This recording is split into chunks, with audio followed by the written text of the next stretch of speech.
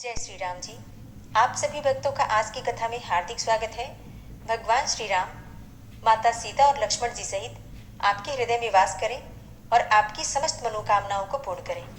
इससे पहले के सभी अध्याय सुनने, उन्हें लाइक करने और कमेंट्स करने के लिए आप सभी भक्तों का दिल से बहुत बहुत आभार। पौष मास की कथा में आप सुन रहे हैं श्री रामेश्वरम क्षेत्र सेतु तीर्थ की महिमा। और जिन भक्तों ने इससे पहले के अध्याय नहीं सुने हैं, उन्हें इस कथा को सुनने के बाद पिछले अध्याय भी जरूर सुनने चाहिए। श्री सूत जी कहते हैं कि अग्नि तीर्थ में स्नान करके शुद्धात्मा पुरुष सब पातकों का नाश करने वाले चक्र तीर्थ की यात्रा करे। जिस जिस कामना के उद्देश्य से मनुष्य चक्र तीर्थ में स्नान करता है, उसको वह प्राप्त कर लेता है। पूर्व काल में कठोर नियमों का पालन करने वाले अहिर्बुद्धन्य नामक तपस्वी महर्षि इस गंधमादन तीर्थ में सुदर्शन चक्र की उपासना करते थे। सुदर्शन चक्र वही जो कि भगवान श्री हरि विष्णु के हाथों में रहता है। उसी सुदर्शन चक्र की मुनि जी उपासना करते थे। पर वहां पर जब वो तपस्या करते थे तो तपस्या करते हुए मुनि को भयानक रूपधारी राक्षस सताते थे और उनकी तपस्या में विघ्न डाला करते थे। तब भक्त की रक्षा करने के लिए सुदर्शन चक्र ने आकर बाधा देने वाले उन समस्त राक्षसों को लीलापूर्वक मार डाला और भक्त की प्रार्थना से वह चक्र उसी तीर्थ में रहने लगा। तभी से उसका नाम चक्र तीर्थ हो गया। उस तीर्थ में स्नान करने पर सुदर्शन चक्र के प्रसाद से राक्षस और पिशाच आदि की पीड़ा कभी नहीं होती है। श्यामलापुर में हरिहर नामक एक ब्राह्मण निवास करते थे। एक दिन वे ब्राह्मण किसी वन में गए। वहां एक वनवासी व्याध अर्थात शिकारी मनोरंजन करने के लिए लक्ष्य भेदन कर रहा था। हरिहर बाबा उसके बाणों के लक्ष्य में आ गए और उनके दोनों पैर कट गए। तब मुनियों की प्रेरणा से वे गंधमादन पर्वत पर पहुंचाए गए और वहां इस तीर्थ में स्नान करने पर उनके दोनों पैर पुनः ज्यों के त्यों हो गए। तब से यह पुण्य तीर्थ मुनि तीर्थ कहलाता था। आगे चलकर चक्र के नाम से यह चक्र तीर्थ कहलाने लगा। जिनके हाथ पैर या अन्य कोई भी अंग कट गए हों, वे उस कटे हुए अंग की पूर्ति के लिए सर्व मनोरथदायक इस चक्र तीर्थ का सेवन करें। इस प्रकार यह चक्र तीर्थ का प्रभाव बदलाया गया।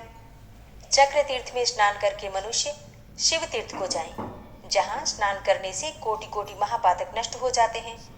महापातकों के संसर्ग से होने वाले पाप भी उसी क्षण समाप्त हो जाते हैं। शिव तीर्थ महान दुखों और नरक के क्लेशों का निवारण करने वाला है तथा स्वर्ग और मोक्ष को देने वाला है।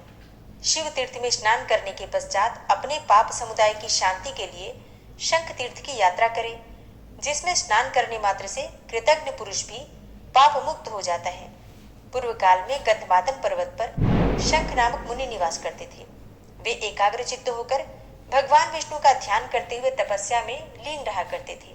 उन्होंने ही वहां स्नान करने के लिए उत्तम तीर्थ का निर्माण किया। शंख से निर्मित होने के कारण उसे शंख तीर्थ कहते हैं।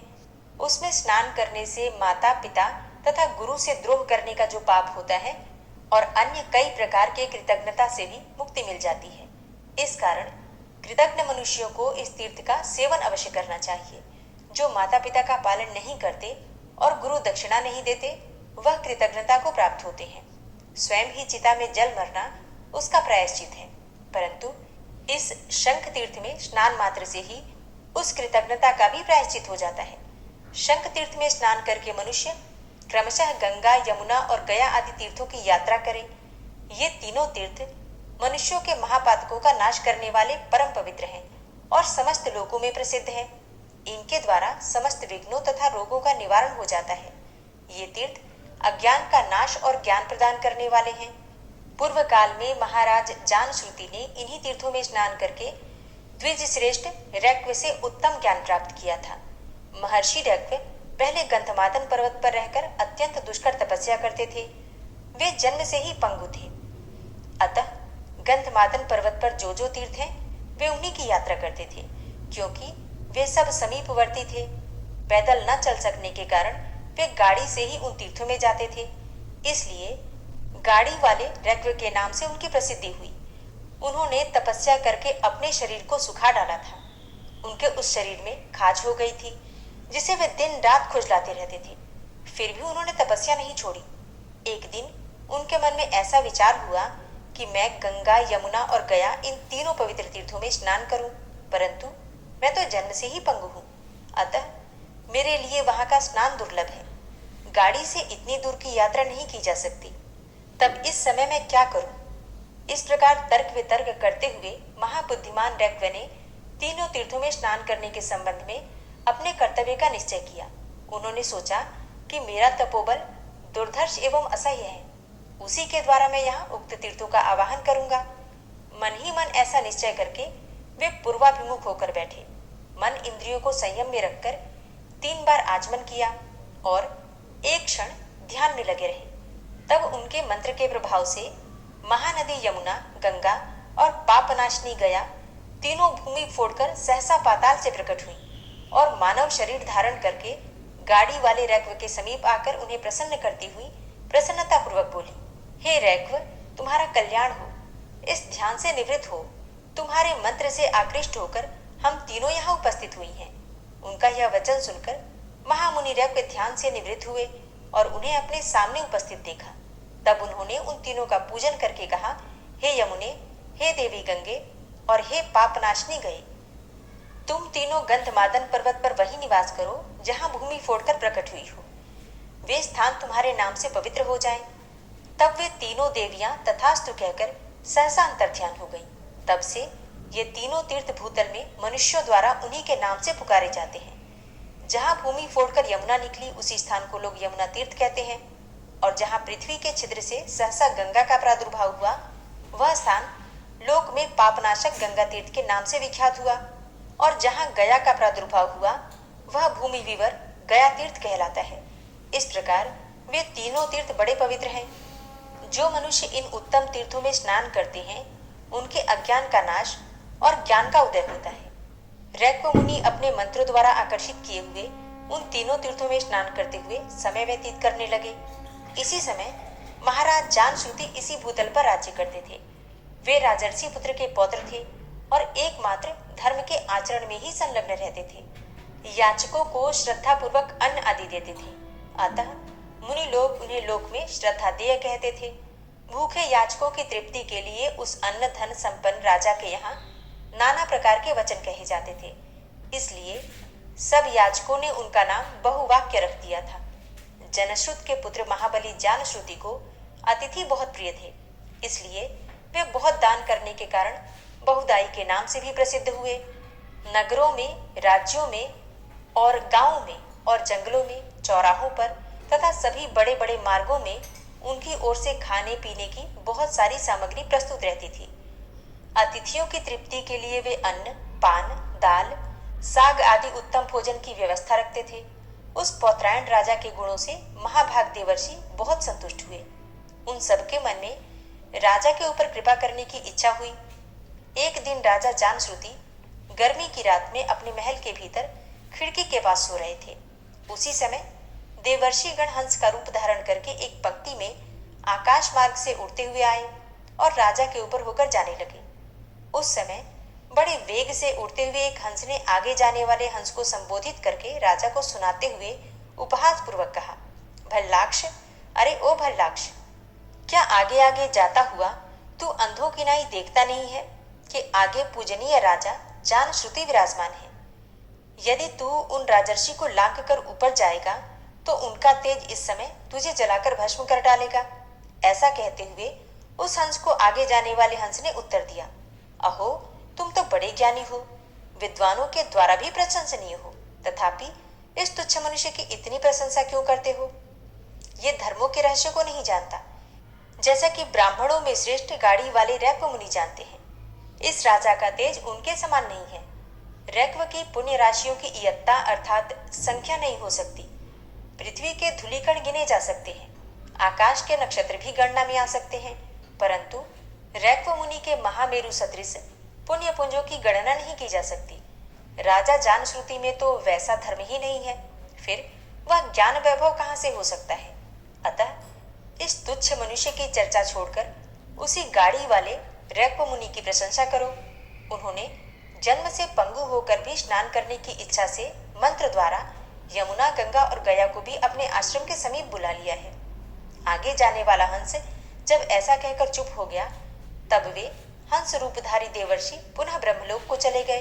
तदनंतर पौत्रायण राजा जानश्रुति रैक्व मुनि को उन्नति की चरम सीमा पर पहुंचे हुए सुनकर बहुत उदास हो गए और बारंबार लंबी सांस खींचते हुए विचार करने लगे। उस हंस ने रैक्व को ऊंचा बताते हुए मुझे तुच्छ कहा था। अहो, रैक्व की कैसी महिमा है।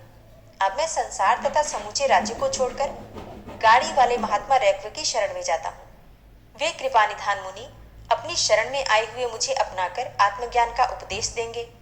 रात्रि बीतने पर महाराज जानश्रुति ने सारथी को बुलाकर कहा, सूत, तुम तीव्रगामी रथ पर आरूढ़ होकर शीघ्र जाओ और महर्षियों के आश्रमों, पवित्र वनों, एकांत प्रदेशों, सत्पुरुषों के निवास स्थानों, तीर्थों, नदी तटों तथा अन्यान्य स्थानों में जहां मुनीश्वर लोग रहते हैं, योगीश्वर रैक्व का पता लगाओ। वे जन्म से पंगु हैं, गाड़ी पर बैठे रहते हैं, सब धर्मों के एकमात्र आश्रय हैं और ब्रह्म ज्ञान की निधि हैं।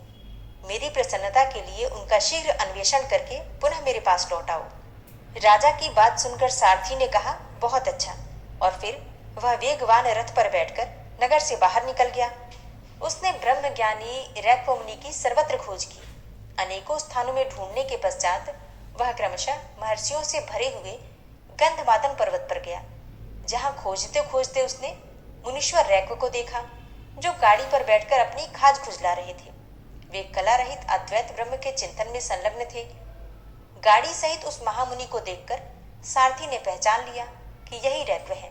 तब उनके पास जाकर उसने प्रणाम किया और उनके समीप बैठकर विनयपूर्वक पूछा, हे ब्रह्मन, क्या आप ही गाड़ी वाले रैक्व नाम से विख्यात हैं? तब मुनि बोले, हाँ, मैं ही गाड़ी वाला रैक्व हूँ। मुनि का यह वचन सुनकर सारथी गंधमादन पर्वत से लौटा और राजा के पास पहुंचकर उसने सब समाचार निवेदन किया। तब राजा जानश्रुति 600 गायें, धन और स्वर्ण मुद्राओं का भार और खच्चरियों से जुता हुआ रथ अपने साथ लेकर शीघ्रतापूर्वक रैक्व मुनि के समीप चले। वहां पहुंचकर राजा ने रैक्व से कहा, हे भगवान, मेरी दी हुई ये सब वस्तुएं स्वीकार कीजिए। इन सबको लेकर मेरे लिए अद्वैत ब्रह्म ज्ञान का उपदेश कीजिए। तब गाड़ी वाले रैक्व ने राजा जानश्रुति को इस प्रकार उत्तर दिया, हे राजन, ये गौएं, ये सोने का भार और ये रथ सब तुम्हारे ही पास रहे। मैं तो बहुत कल्पों तक जीवित रहने वाला हूँ, फिर इस धन के द्वारा मेरा कौन सा लाभ होगा? रैक्व का यह वचन सुनकर जानश्रुति ने कहा, हे ब्रह्मन, आपके द्वारा उपदेश किए जाने वाले ब्रह्म ज्ञान का कोई मूल्य नहीं है। आप ये गाय, धन और रथ ग्रहण करें या ना करें, किंतु मुझे निष्कल अद्वैत ब्रह्म ज्ञान का उपदेश अवश्य दें। रैक्व बोले, जिसका संसार में वैराग्य हो जाए और जिसका पुण्य पाप रूप प्रारब्ध का विनाश हो जाए, वही ज्ञान के उपदेश का भागी है। यद्यपि तुम्हें संसार से वैराग्य हो गया है, तथापि अभी तुम्हारे पुण्य पापों का विनाश नहीं हुआ है। यहाँ पर 3 पवित्र तीर्थ हैं जो समस्त मनोवांछित फलों को देने वाले हैं। उनके नाम हैं यमुना तीर्थ, गंगा तीर्थ और गया तीर्थ। इन तीनों में तुम शीघ्र स्नान करो, इससे तुम्हारे सब प्रारब्ध कर्मों का क्षय हो जाएगा और अंतःकरण शुद्ध होगा। तब मैं तुमको ज्ञान का उपदेश करूंगा। रैक्व मुनि के ऐसा कहने पर राजा के नेत्र हर्ष से खिल उठे। उन्होंने शीघ्रतापूर्वक तीनों तीर्थों में स्नान किया। उस स्नान मात्र से उनका चित्त शुद्ध हो गया। तब वे अपने गुरु रैक्व मुनि के पास आए और रैक्व मुनि ने जानश्रुति को कृपापूर्वक ज्ञान का उपदेश दिया। उपदेश प्राप्त हो जाने पर राजा अबाधित अनुभव से संपन्न होकर योगी रैक्व के प्रसाद से ब्रह्म भाव को प्राप्त हो गए। जय श्री राम। आज की कथा का यहीं पर समापन करते हैं। इसके आगे का वृतांत आप कल की कथा में सुनेंगे। और अब आप सुनेंगे श्री राधा। जो लोग ठाकुर जी की सेवा करते हैं अपने अनुभव कमेंट बॉक्स में लिख सकते हैं। राधे राधे। जय श्री कृष्णा। श्री राधा कृपा कटाक्ष स्तोत्र। मुनीन्द्र वृंद वंदिते त्रिलोक शोक हारिणी प्रसन्न वक्त्र पंकजे निकुंज भूविलासिनी व्रजेन्द्र भानुनंदिनी व्रजेन्द्र सूनु संगते कदा करिष्यसि मां कृपा कटाक्ष भाजनम्।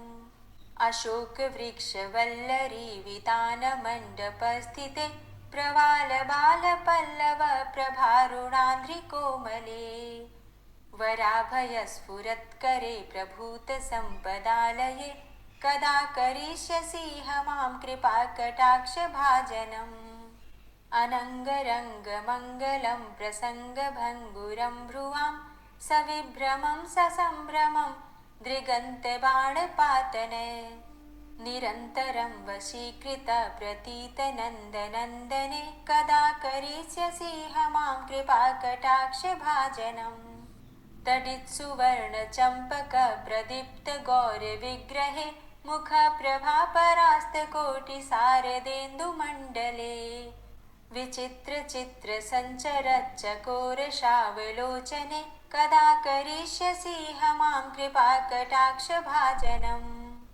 मदोन्मदादियौवने प्रमोदमानमण्डिते प्रियानुरागरञ्जिते कलाविलासपण्डिते अनन्यधन्यकुञ्जराज्यकामकेलिकोविदे कदा करिष्यसि मां कृपाकटाक्षभाजनम् अशेषहावभावधीरहीरहारभूषिते प्रभूतशातकुम्भकुम्भकुम्भिकुम्भसुस्तनि प्रशस्तमन्दहास्यचूर्णपूर्णसौख्यसागरे कदा करिष्यसि मां कृपाकटाक्षभाजनम् मृणालवालवल्लरीतरङ्गरङ्गदौर्लते लताग्रलास्यलोलनीललोचनावलोकने ललल्लुलन्मिलन्मनोज्ञमुग्धमोहिनाश्रिते कदा करिष्यसि मां कृपाकटाक्षभाजनम्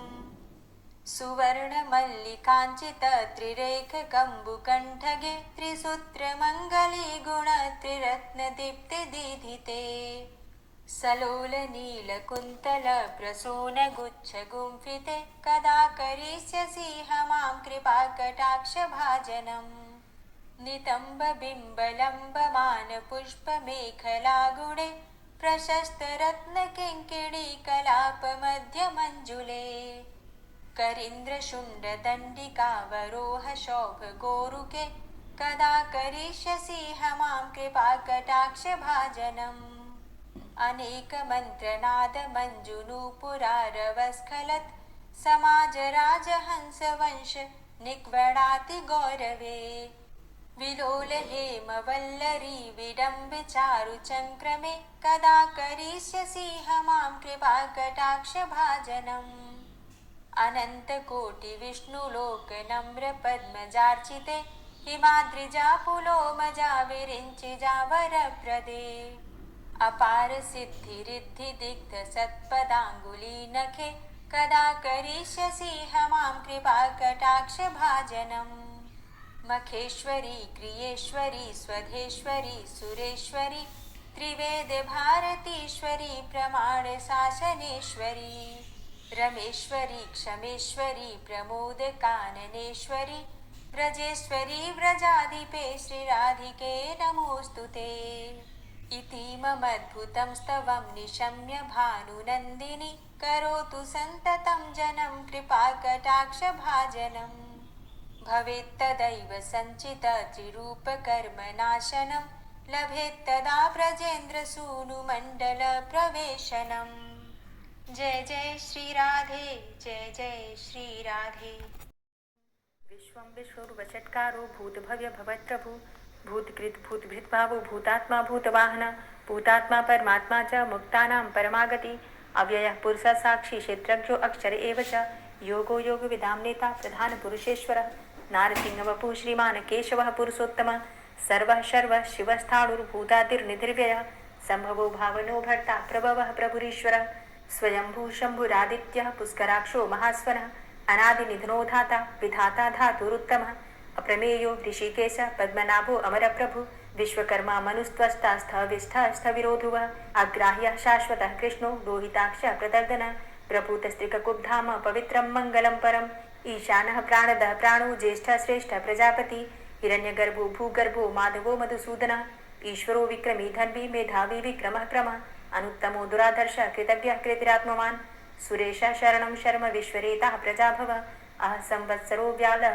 प्रत्ययः सर्वदर्शनः अजः सर्वेश्वर सिद्ध सिद्धे सर्वादिर्च्युतः वृषाकपिरिमेयात्मा सर्वयोगविनिश्रितः वसुर्वसुमना सत्य समात्मा संवितः समः अमोघ पुण्डरीकाक्षो वृषकर्मा वृषाकृतिः रुद्रो बहुशिरा बभ्रुर्विश्वयोनिः शुचिश्रवा अमृतः शाश्वतस्थाणुर्वरारोहो महातपः सर्वगः सर्वविद्भानुर्विश्वक्सेनो जनार्दनः वेदो वेदविद्यङ्गो वेदाङ्गो वेदवित्कविः लोकाध्यक्ष सुराध्यक्षो धर्माध्यक्ष कृताकृता चतुरात्मा चतुर्व्यूहश्चतुर्द्रष्टश्चतुर्भुज भ्राजश्रुर्भोजनं भोक्ता सहिस्रुर्जगदाति च अनघो विजयो चेता विश्वयोनिः पुनर्वसु उपेन्द्रो वामनः प्रांशुर्मोघः शुचिरुर्जितः अतीन्द्रः संग्रहः सर्गो धृतात्मा नियमो यमः वेद्यो वैद्यः सदा योगी वीरः माधवो मधु अतीन्द्रियो महामायो महोत्साहो महाबलः महाबुद्धिर्महावीर्यो महाशक्तिर्महाद्युति अनिर्देश्य वपु श्रीमान् मेयात्मा महाधृतिर् महेश्वासो महीभर्ता श्रीनिवास सतां गति अनिरुद्ध सुरानन्दो गोविन्दो गोविन्दाम्पति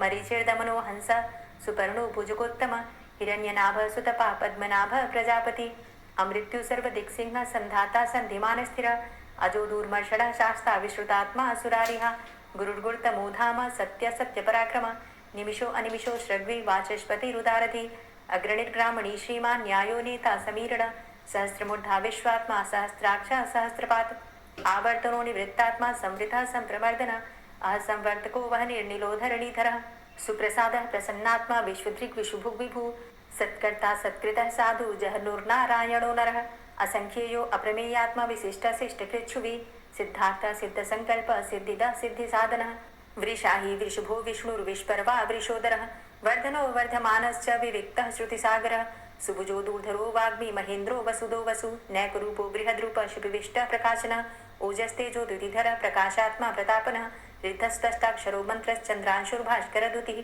अमृतांशुद्भवो भानु शशबिन्दुः सुरेश्वरः औषधं जगतः सेतु सत्यधर्म पराक्रमः भूतभव्य भवन्नाथ पवनः पावनो नलः कामः कामकृत्कान्तः कामः कामप्रदः प्रभु युगाधिकृत युगावर्तो नैकमायो महाशनः अदृश्यो अव्यक्तरूपश्च सहस्रजितनन्तचित् इष्टो अविशिष्ट शिष्टेष्ट शिखण्डी नहुसो वृष क्रोधः क्रोधकृत्कर्ता विश्वबाहुर्महीधरः अच्युतः प्रतितः प्राणदो वासुवानुजः अपां निधिर्धिष्ठानं प्रमत्तः प्रतिष्ठितः स्कन्दः स्कन्दधरो धूर्यो वरदो वायुवाहनः वासुदेवो बृहद्भानुरादिदेवः पुरन्दरः अशोकस्तारणस्तारः शूरः सौरिर्जनेश्वरः अनुकूलः शतावर्त पद्मी पद्मनिभीक्षणः पद्मनाभो अरविन्दाक्ष पद्मगर्भ शरीरभृत् महद्धिरिद्धो वृद्धात्मा महाक्षो गरुडध्वजः अतुलः शरभो भीमो समयज्ञो हविर्हरि सर्वलक्षण्यो लक्ष्मीवान् समितिञ्जयः वीक्षरो रोहितो मार्गो हेतुर्दामोदरः सः महीधरो महाभागो वेगवान् मिताशनः उद्भवः शोभणो देवः श्रीगर्भः परमेश्वरः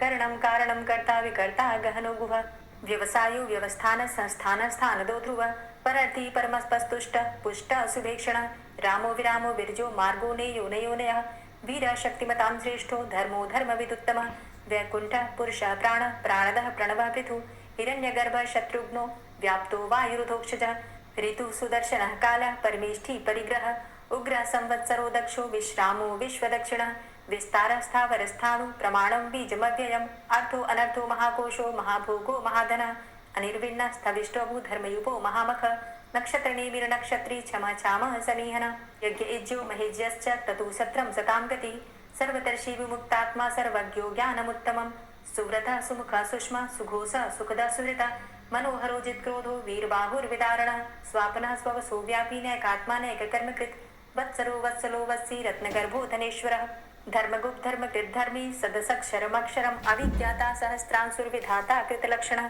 गवस्थिनेमिः सत्त्वस्थः सिंहो भूतमहेश्वरः आदिदेवो महादेवो देवेशो देवभृद्गुरुः उत्तरो गोपतिर्गोप्ता ज्ञानगम्यः पुरातनः शरीरभूतभृद्भोक्ता कपीन्द्रो भूरि दक्षिणः सोमो अमृतपः सोमः पुरुजित पुरुषोत्तमः विनयोजय सत्यसन्धो दाशाः सात्वताम्पति जीवो विनयिता साक्षी मुकुन्दो अमित विक्रमः अम्भो निद्रणन्तात्मा महोदधी शयोन्तकः अजो महारः स्वाभाव्यो जितामित्रः प्रमोदन आनन्दो नन्दनो नन्दः सत्यधर्मा त्रिविक्रमः महर्षि कपिलाचार्यः कृतज्ञो मेदिनीपति त्रिपदस्त्रिदशाध्यक्षो महाशृङ्गः कृतान्तिकृत् महावराहो गोविन्दः सुखेणः कनकाङ्गदी गुह्यो गभीरो गहनो गुप्तश्चक्रगदाधरः फेथा स्वाङ्गो अजितः कृष्णो दृढः सङ्कर्षणोच्युतः वरुणो वारुणो वृक्षः पुष्कराक्षो महामनाः भगवान् भगानन्दी वनमाली हलायुधः आदित्यो ज्योतिरादित्यः सहिष्णुर्गतिसत्तमः सुधन्वाखण्ड परशुर्दारुणो द्रविडप्रदः दिविस्त्रिक्सरदृग्व्यासो वाचस्पतिर्योनिजः त्रिसामा सामगः सामन्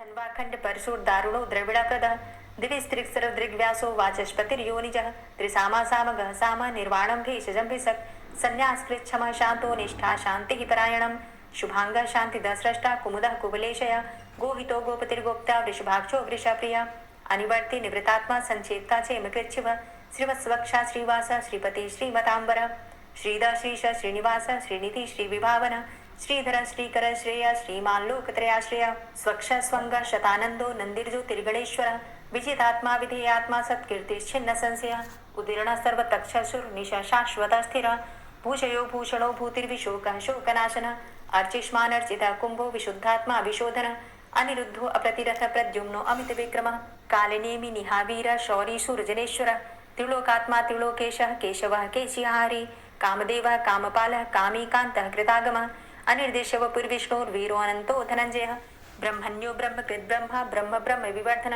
ब्रह्मविद् ब्राह्मणे ब्रह्मी ब्रह्मज्ञो ब्राह्मण प्रिय महाक्रमो महाकर्मा महातेजा महोरगः महाक्रतुर्महायज्वा महायज्ञो महाहवि स्तव्यः स्तव प्रिय स्तोत्रं स्तुतिस्तोतारण प्रिय पूर्णः पुरैता पुण्य पुण्यकीर्तिर्नामय मनोजवस्तीर्थकरो वसुरेता वसुप्रद वसुप्रदो वासुदेव वसुर्वसुमनाहवि सद्गतिः सत्कीर्तिः सत्ता सद्भूति सत्परायणः शूरसेनो यदुश्रेष्ठः सन्निवासः सुयामुनः भूतावासो वासुदेवः सर्वासु निलयोनलः दर्पः दर्पदो दृप्तो दूर्धरोधा पराजितः विश्वमूर्तिर्महामूर्तिर्दीप्तमूर्तिर्मूर्तिमान् अनेकमूर्तिरव्यक्तः शतमूर्तिः शताननः एको नैकः सवकः किं यत्तत्पदमनुत्तमं लोकबन्धुर्लोकनाथो माधवो भक्तवत्सलः सुवर्णवर्णो हेमांगो वरांगश्चन्दनांगदी वीरः विषमः शून्यो घृताशीरचलश्चलः अमानीमानदो मान्यो लोकस्वामी त्रिलोकदृक् सुमेधा मेधजो धन्यः सत्यमेधाधराधरः तेजो वृषः द्वितिधरः सर्वशस्त्रभृताम्बरः प्रग्रहो निग्रहो व्यग्रो नैकशृङ्गो गदाग्रजः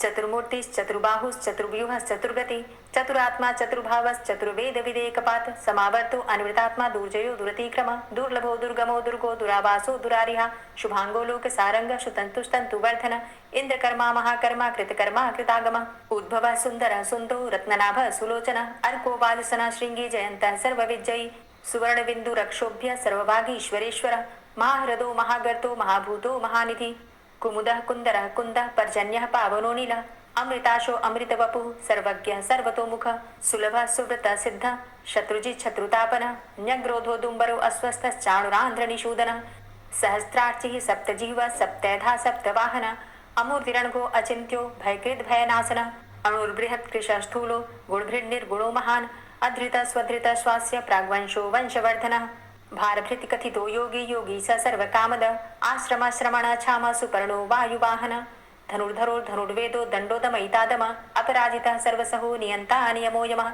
सत्ववान् सात्विकः सत्य सत्यधर्मपरायण अभिप्रायः प्रियार्होर्ह प्रियकृत् प्रीतिवर्धनः विहाय सगतिर्ज्योति सुरुचिर्हुद्भुग्विभु रविर्विलोचनः सूर्य सविता रविलोचनः अनंतो हुद्भुग्भोक्ता सुखदो नैकजोग्रज अनिर्विण्ण सदामर्षि लोकाधिष्ठानमद्भुतः सनात सनातन्तमः कपिलः कपिरप्यय स्वस्तिदा स्वस्तिकृत् स्वस्ति स्वस्तिभुक् स्वस्ति दक्षिण रौद्रः कुण्डली चक्रे विक्रमयुर्जितशासन शब्दातिगा शब्दशः शिशिरः शर्वरीकर अक्रूरः पेशलो दक्षो दक्षिणः क्षमिणाम्बर विद्वतमो वितभय पुण्यश्रवण कीर्तन उत्तारणो दुष्कृतिः पुण्यो दुःस्वप्ननाशन वीरः रक्षण संतो जीवनः पर्यवस्थित अनंतरूपो अनन्तसृर्जित मन्युर्भयापः चतुरष्टो गभीरात्मा विदिशो व्यादिशो दिश अनादिर्भूर्भुवो लक्ष्मी सुवीरो रुचिरांगद जननो जन्मादिर्भीमो भीम पराक्रम आधारनीले योधाता पुष्पहासः प्रजागर ऊर्ध्वग सत्पथाचार प्राणदः प्रणवापण प्रमाणं प्राणनीलियः प्राणभृत् प्राणजीवन तत्त्वं तत्त्वविदेकात्मा जन्म मृत्यु जरातिग भूर्भुवस्वस्तरुस्तार सविता प्रपितामह यज्ञो यज्ञपतिर्यज्वा यज्ञांगो यज्ञवाहन यज्ञभृद्यज्ञ कृद्यज्ञ यज्ञभुक् यज्ञ साधन यज्ञान्तिकृद्यज्ञ गुह्यमन्यमन्नादेव च आत्मयोनिः स्वयं जातो वैखानः सामगायन देवकी नन्दन स्रष्टा क्षितिसः पापनाशन शङ्खभृन्नन्दकी चक्री शारङ्गधन्वा गदाधरः रथाङ्गपाणिरक्षोभ्य सर्वप्रहरणायुध ओम नमः इति। दोस्तों उम्मीद करती हूँ आज की कथा आपको ज़रूर पसंद आई होगी। तो अगर कथा पसंद आई हो तो वीडियो को लाइक ज़रूर किया कीजिए और अगर संभव हो तो वीडियो को ज़्यादा से ज़्यादा शेयर कीजिए और हाँ कमेंट बॉक्स में राधे राधे ज़रूर लिखा कीजिए। और जो भक्त इस चैनल पर पहली बार आए हैं अभी तक आपने चैनल को सब्सक्राइब नहीं किया है तो आज की वीडियो अगर आपको अच्छी लगे तो चैनल को सब्सक्राइब करके बेल आइकन को ज़रूर प्रेस कर लीजिए।